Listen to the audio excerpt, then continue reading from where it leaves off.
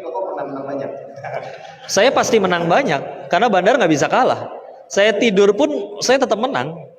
Sistem kan running terus, kan? Tidur gitu, berarti kening itu. Iya, nambah, bangun-bangun tidur duit udah nambah. Kira-kira pernah sampai level berapa kok? Soalnya saya kalau lihat saldonya saya tutup-tutupin tuh. Ada hari di mana di hari itu 80 juta ada. Sehari?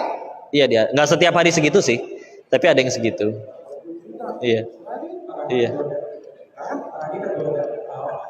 Ya. Haram. Nggak berkah.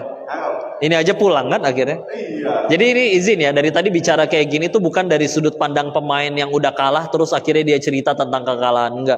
Ini izin yang diceritakan yang dari awal sampai yang di podcast itu dari sudut pandang Bandar yang nggak pernah menang. Bandar yang nggak pernah kalah. Bandar itu benar-benar di situ bermain jadi Tuhan. Nentuin hari ini siapa yang menang, siapa yang kalah. Bahkan izin, para pemain di kalangan para Bandar itu bahkan kami punya istilah dalam artian mereka itu seperti pecundang yang ngarep-ngarep rezekinya dikasih dari bandarnya. Enggak bro, rezeki itu dari Allah. Gak usah dari Bandar juga banyak yang hidup tanpa dari judi. Ya, jadi karena kami benar-benar punya hak nentuin ini orang langsung dimenangin di turn selanjutnya langsung dapat bagus semua, bisa itu kami yang nentuin.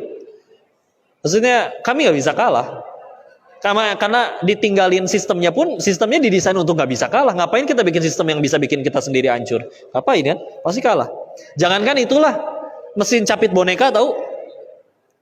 Kemarin ketemu Mas Bayim Wong waktu podcast, dia cerita pas beli mesin capitnya ditanya sama teknisinya, Pak, ini pengen dicapitan keberapa? Hah? Maksudnya? Iya, jadi ntar kalau misalkan di setting, misalkan capitan kelima tuh kenceng dia nyengker, nggak akan bisa jatuh bonekanya.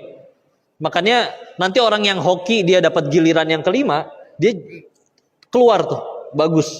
Tapi kalau misalkan lagi giliran yang keberapa, yang pas nyapitnya lagi nggak kencang, pasti jatuh beratan bonekanya. Nyapitnya jadi nggak keras. Itu aja di setting. Karena kalau misalkan benar-benar nyapitnya selalu kencang, ya bonekanya habis, nggak sesuai dengan koin yang masuk. Tapi kalau capek kayak gitu masuk judi kok. Itu juga janganlah, karena jatuhnya spekulasi kan. Iyalah. Karena dia kalau mau main itu baca bismillah dulu, bismillah.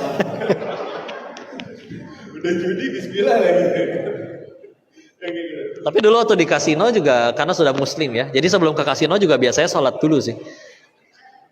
Ada kok di kasino tempat sholat? Enggak ada. Makanya waktu di apartemen di itunya. Tapi jujur itu karena dalih sih, ngerasa salah. Ibarat semua koruptor tahu korupsi itu salah. Dulu tahu judi itu salah. Untuk mengurangi rasa bersalahnya makanya waktu itu sholat. Udah sholat.